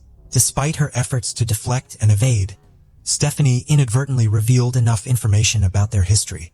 Now it was time for the detectives to reveal the truth to her. After the interrogation, Stephanie was allowed to leave, but as she reached the end of the corridor, several policemen were waiting for her with handcuffs. It was a dramatic moment, marking 23 years since the murder as Stephanie was finally arrested. Even during the official questioning, she invoked her right to remain silent and adamantly denied any involvement, maintaining her innocence. With no confession forthcoming, the detectives had no option but to prepare the necessary documents for her transfer to court. Stephanie spent the next few years in a women's prison until her first court hearing that commenced in 2012. During the trial, the defense raised doubts about the DNA test results and highlighted the lack of prior suspicions against Stephanie. However, these arguments failed to convince the court.